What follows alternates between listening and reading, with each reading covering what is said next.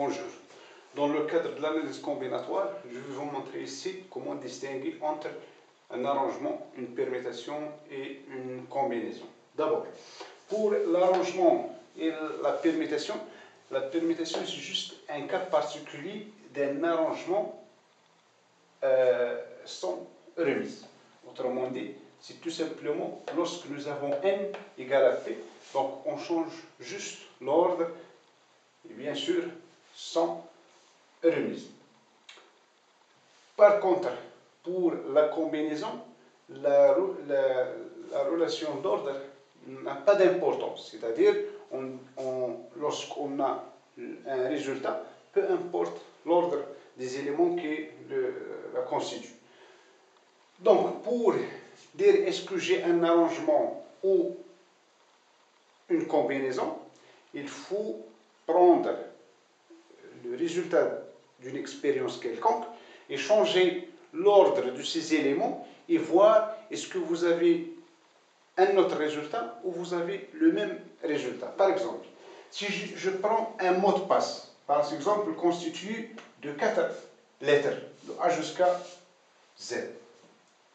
Donc, si j'ai un mot de passe quelconque, par exemple A, B, T, je sais pas moi, G, donc si j'ai changé l'ordre de deux éléments, je trouve un autre mot de passe. Donc, dans ce cas-là, je suis dans l'arrangement. Et si je vais construire un mot de passe à partir des lettres A et B et T et G, dans ce cas-là, je suis dans une permutation parce que je vais utiliser les mêmes éléments, c'est-à-dire l'arrangement de n parmi n. Par contre, si je suis dans un jeu de cartes, par exemple, et j'ai 5 cartes dans mes mains, donc par exemple carte 1, carte 2, carte 3, carte 4, donc ici les cartes, peu importe l'ordre, c'est-à-dire j'ai la même combinaison. Et donc dans ce cas-là, la relation d'ordre n'a pas d'importance. Dans ce cas-là, je suis dans une combinaison. Pour voir en détail les choses. D'abord, pour l'arrangement, j'ai deux types d'arrangements. J'ai un arrangement avec remise, donc arrangement avec remise.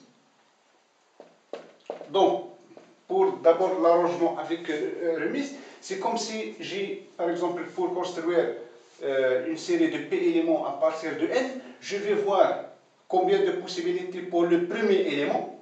Donc, ça c'est np. Pour le premier élément, j'ai n possibilités, puisque l'élément tiré au début peut être tiré une deuxième fois, donc j'aurai aussi n éléments, etc., jusqu'à n. Donc ça c'est p fois.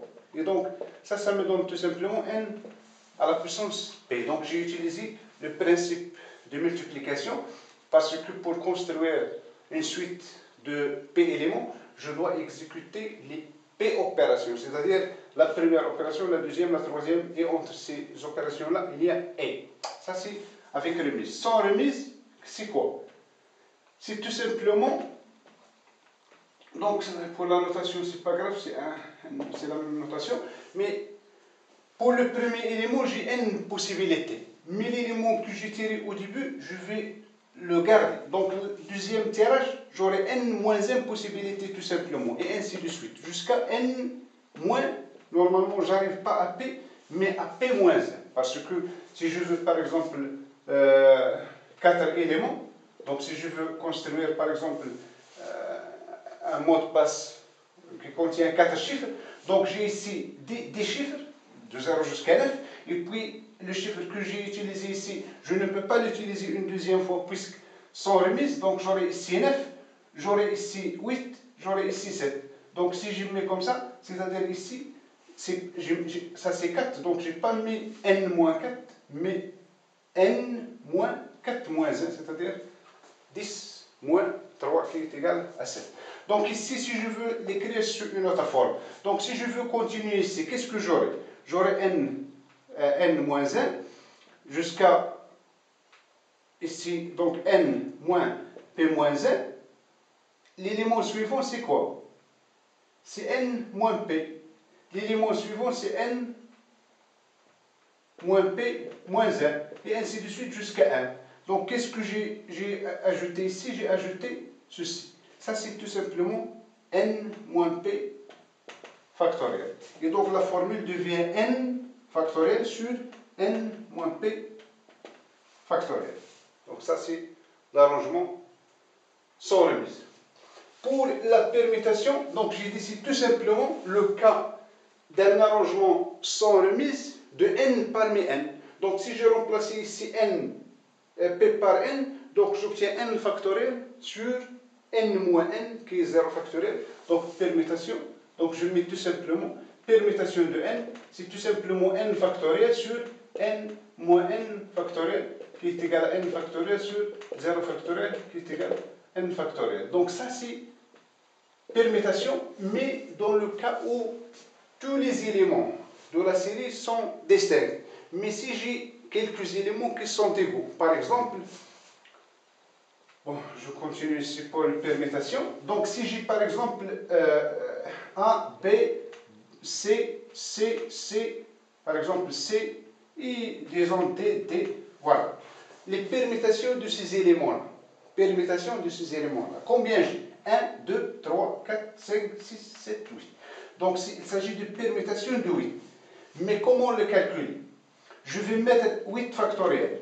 Mais si j'ai permuté C avec C, je vais tomber sur le même élément. Si j'ai mis aussi C avec C, je vais C avec C, D avec D aussi. Donc là, je vais le rapporter au nombre de permutations de C. Donc c'est 4 factoriel, parce que c'est 4, C existe 4 fois. Et la même chose de D, il existe 2 fois. Donc ça, c'est la permutation de 8. Donc si tous les éléments sont distincts, donc c'est 8 factoriel. Mais si j'ai 4 fois C, c'est-à-dire je vais rapporter ce chiffre-là au nombre de permutations de C. Et puis, puisque j'ai 2 D, donc je vais aussi rapporter le chiffre à permutation des D. Donc, ça me donne 2 factoriels. Donc, c'est ça, permutation de 8 éléments, mais qui contient des éléments identiques.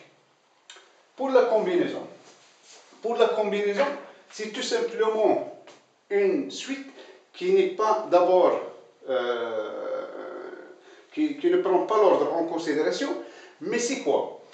D'abord, il faut choisir, lorsque je dis P parmi n, donc il faut d'abord choisir ces P éléments. Donc pour choisir les P éléments, on sait que c'est un arrangement. Donc c'est un arrangement pour lequel donc c'est un arrangement avec remise. Donc pour construire cette série-là, donc c'est tout simplement c'est un arrangement. Ça c'est donc regarde C P N. Donc c'est un arrangement de n éléments parmi P dans laquelle l'ordre n'est pas important. Qu'est-ce que c'est que l'ordre n'est pas important? Donc c'est un arrangement sans remise, donc il est égal à ça, mais je vais rapporter l'ordre, c'est-à-dire l'ordre de la série n'est pas important, donc je vais tout simplement rapporter comme ce cas-là au nombre des arrangements possibles des P éléments. Et donc ceci, si je l'ai détaillé, donc il est égal à n factoriel sur n moins P factoriel qui multiplie P factoriel. Et ça, c'est tout simplement C de P parmi n. C'est ça la formule. Voilà. Si vous voulez pour les combinaisons avec répétition, donc je l'ai